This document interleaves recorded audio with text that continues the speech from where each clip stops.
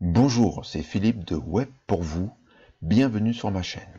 Alors aujourd'hui, dans cette vidéo, nous allons voir comment créer un formulaire de capture d'email avec System.io et comment l'insérer au milieu d'un article de blog de votre blog.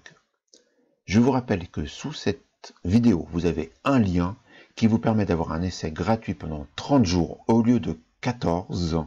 Comme ça, vous pourrez vous faire vos propres opinions. On est parti, je me mets en petit pour pouvoir vous expliquer tout ça. Donc, vous êtes là sous System.io. Vous êtes dans la partie tunnel de vente. On va créer donc un nouveau tunnel de vente. Donc, vous mettez le nom que vous voulez. Moi, j'avais déjà des choses, formulaire test par exemple, et vous cliquez sur construisez votre audience. Vous créez ce nouveau tunnel de vente. Tout de suite, on va supprimer cette page de capture qui vient par défaut. Et on va créer ici, grâce à ajouter une page, on va le nommer formulaire 2.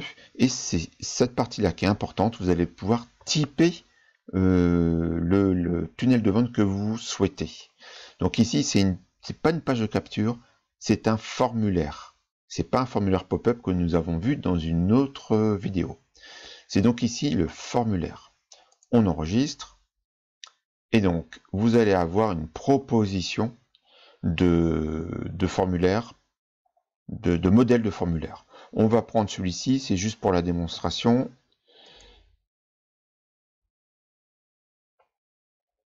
Vous pouvez ensuite modifier via ce petit bouton de modifier la page. Je clique dessus et là vous avez accès à l'éditeur qui vous permet de modifier chaque champ. En général, donc là vous avez tous les éléments que vous pouvez ajouter. En général, comme c'est un petit formulaire que vous mettez au milieu, en début, au milieu ou à la fin d'un article ou d'une page, il ne faut pas qu'il soit gros avec plein de choses. C'est un formulaire qui va proposer par exemple un e-book ou une formation gratuite ou un autre cadeau en échange de l'email du visiteur. Donc il faut qu'il soit simple et efficace. Donc ici, donc là c'est une proposition, vous pouvez modifier le texte, hein, évidemment. Là c'est entrer votre email, là c'est entrer votre nom. Moi je préfère prendre le prénom, donc on va supprimer dans le modèle ce champ de formulaire en cliquant sur la petite corbeille ici. Ou même mieux, non, on va faire quelque chose de plus simple. Parce qu'on va garder comme ça l'alignement, le design de la page. On va aller sur la petite roue crantée pour modifier le type de données ici, tout simplement. Vous avez nom de famille, et là vous pouvez choisir autre chose, la ville, etc. Là, ce qui nous intéresse, c'est le prénom. Voilà, vous voyez, ça a changé. Ça sera le prénom, tout simplement. Et s'il y a le bouton, pour l'instant, on va laisser comme ça. Et en général, j'ajoute quand même, pour être conforme au règlement de la protection des données, RGPD, je rajoute une petite case à cocher, en général, au-dessus du bouton.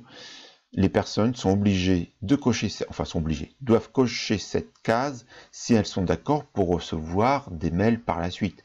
Car le fait de capturer l'adresse mail d'un visiteur, c'est pour pouvoir l'enregistrer sur votre liste d'emailing et pouvoir par la suite lui envoyer votre newsletter, vos offres, tout ce que vous faites, toute la communication que vous faites vers votre liste. Donc voilà, sur cet exemple, nous avons fini. Évidemment, il faut un peu plus le travailler, mais là c'est juste pour le principe. N'oubliez surtout pas d'enregistrer ici les changements que vous avez faits. Donc là, on va pas le faire parce que j'en ai pas l'usage, c'est pas nécessaire pour moi. Je vais vous montrer dans mes tunnels de vente mon propre formulaire que j'ai fait il y a bien longtemps. Ici, il est ici. Voilà. C'est pour me permettre de vous expliquer la seconde partie de cette vidéo, c'est comment l'insérer au sein de vos articles ou de vos pages. Donc on jette un petit coup d'œil rapide. Voilà, c'est quelque chose là, c'est juste recevoir de cadeaux. Donc vous pouvez faire plusieurs formulaires. pour les insérer dans des endroits stratégiques de votre site internet. Donc, ce qui est important, c'est le script. C'est ici, c'est ça que vous allez récupérer, copier le script dans le presse-papier. Donc, vous faites comme ça, voilà, je le copie, et je veux pouvoir, ce bout de code, l'insérer sur mon blog.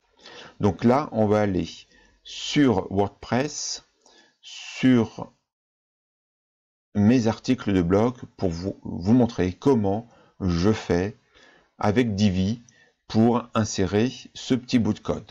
J'ai tous mes articles qui sont ici. Alors ce qui est très pratique avec Divi, c'est qu'on peut très facilement faire, on va prendre cet article là, mais peu importe. Voilà, je suis sur un article du blog développement personnel grâce au sport, notamment chez soi, et donc j'ai des articles sur la nutrition. Là c'est sur les produits laitiers, mais peu importe. Dans Divi, ce qui est très fort, c'est que j'ai le Divi Builder ici, qui me permet de travailler mes articles et de les modifier. Voilà, ça se charge, et vous allez voir, c'est très très simple. Voilà, là j'ai mes différents j'ai mon article, hein. Donc là je suis en production, donc là je vais pouvoir insérer où je veux. Alors là c'est ma pop-up qui s'ouvre, voilà, bon, je la ferme. Vous allez pouvoir insérer, par exemple, après, je vais vous montrer, j'ai inséré ici, c'est celui-ci, un bloc. On va l'ouvrir, et c'est un bloc qui s'appelle code en fait, et qui me permet d'insérer, là j'ai inséré, vous voyez, le formulaire, le script qu'on a copié tout à l'heure, je l'ai copié ici. Donc je vais sortir d'ici, et je vais vous montrer ce que ça donne sur le bloc. Je sauvegarde pas, on va aller sur le blog, tout de suite, hop, comme ça, et vous allez vous rendre compte, je vais aller sur un article, on peut aller sur le même, la produit laitier, danger, et quand vous descendez dans l'article, après le sommaire, hop, vous avez le formulaire qui est permanent, c'est pas une fenêtre, c'est pas une pop-up, c'est les personnes qui visitent, voilà la pop-up, c'est les personnes qui visitent, qui lisent l'article, qui vont tout de suite, avant d'entamer la lecture de l'article, une proposition de 2 cadeaux. Et vous pouvez mettre ce que vous voulez, ça peut être un e-book, vous pouvez même mettre plusieurs formulaires. Alors sur cet article, il me semble que c'est le même formulaire. Oui, c'est le même formulaire. Mais sur d'autres articles, je mets un formulaire, je peux le personnaliser pour chaque article. Donc je mets ça me permet de faire des tests. Je mets pour un e-book ou pour recevoir un e-book contre votre adresse mail, ou j'ai 2-3 e-books, enfin j'ai différentes choses. Ça peut me permettre de tester ce qui fonctionne le mieux par rapport aux visiteurs. Est-ce qu'ils préfèrent des cadeaux de type formation, de type je sais pas, PowerPoint, présentation, enfin tout est possible, de tableaux d'entraînement, enfin c'est par rapport à votre niche. J'ai fait le tour de ce que je voulais vous montrer. Mettez-moi en commentaire ce que vous pensez de la puissance de System.io. Comme ça, on peut discuter via ces commentaires. Je vous dis à bientôt pour une prochaine vidéo.